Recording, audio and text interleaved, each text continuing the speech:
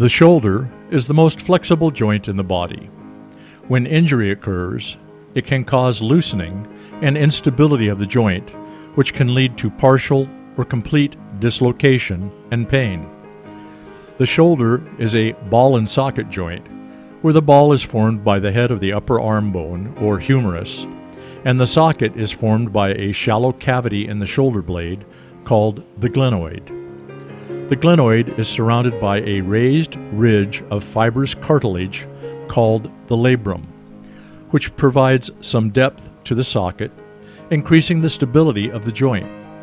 Stability is further enhanced by ligaments that form a capsule around the joint, as well as muscles and tendons which center the humeral head in the socket.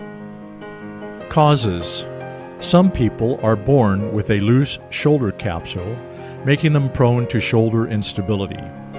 The shoulder capsule may also loosen due to repetitive overhead activities, including sports such as tennis and swimming. Severe injury or trauma to the shoulder may lead to dislocation and injury to the labrum. Symptoms: the common symptoms of shoulder instability include pain with certain movements of the shoulder, a popping or grinding sound that may be heard or felt, swelling and bruising of the shoulder, which may be seen immediately following dislocation. Diagnosis: diagnosis of shoulder instability is usually based on your symptoms, medical history, and physical examination. Your doctor may order an X-ray or MRI scan to help confirm your diagnosis. Treatment: shoulder dislocation results in severe pain and should be treated immediately.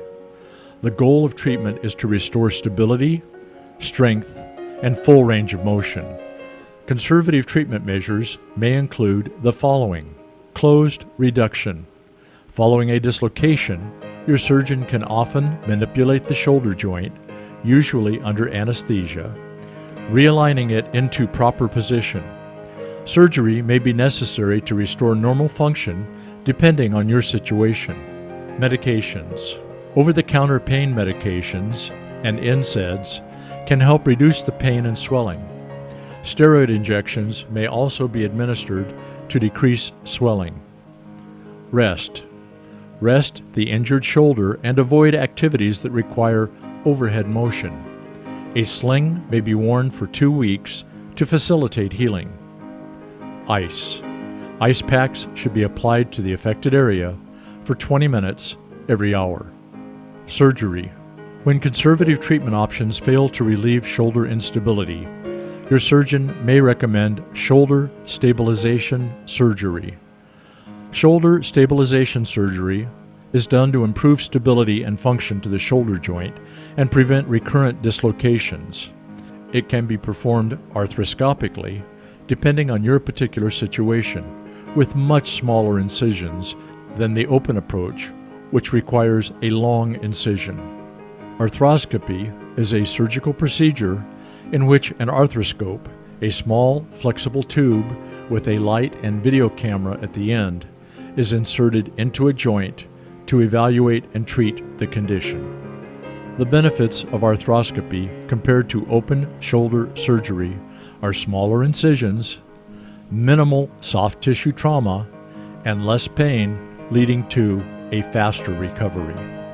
Post-surgical care: following the procedure, your arm is placed in a sling to rest the shoulder and promote healing.